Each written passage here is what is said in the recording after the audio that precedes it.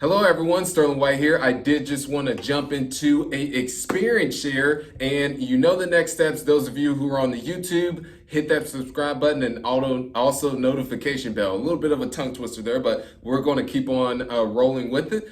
And so one thing that I've experienced with having high achieving investors, entrepreneurs on my podcast, The Real Estate Experience, is just a common thread in essence of just taking action. Of course, they do the necessary education up front to really understand the industry. That way they're not going in so completely blind. However, many, I would say everyone just takes action and they figure a lot of the things out.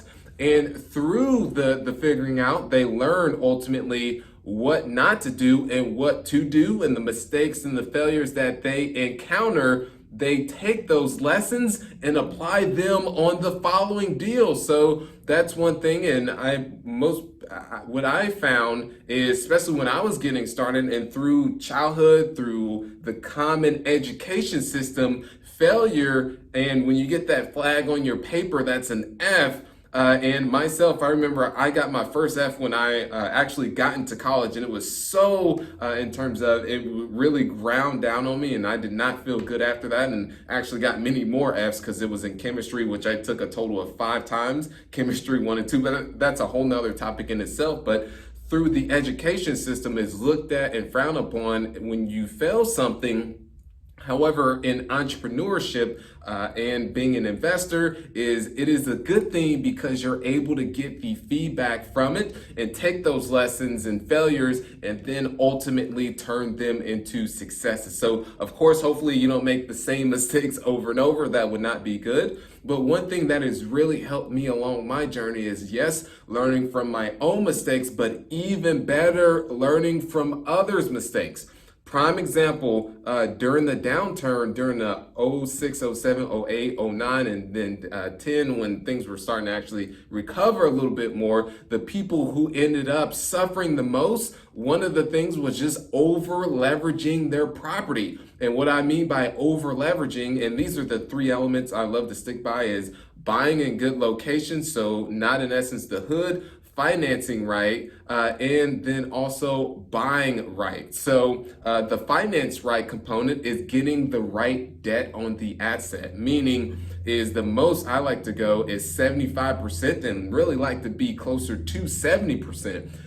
If you go over that close to 80%, 85, 90, some people even do a little bit more than that is considered over leveraging, because in the event that rents pull back a little bit, which oftentimes they do, or let's say an economic crisis occurs, rents come back a little bit, your debt is so high that your income is not as what it formerly was.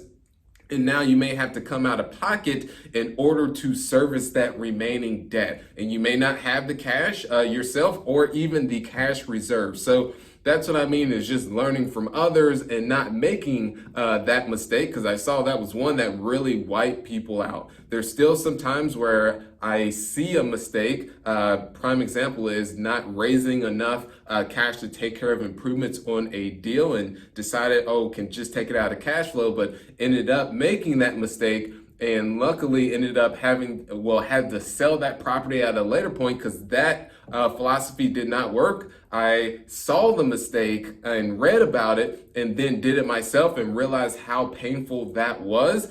Still was able to exit successfully, but some people may not experience that, such as they may be completely wiped out. In this case, that was not the fact, but that's what I mean, is just learning from others' mistakes and not encountering those yourself by doing them. Sometimes you may do them, get that feedback, and now you know moving forward to not do it again. So comment below, would love to hear what has been one failure that you've ran into and have later turned it into a success. Comment below.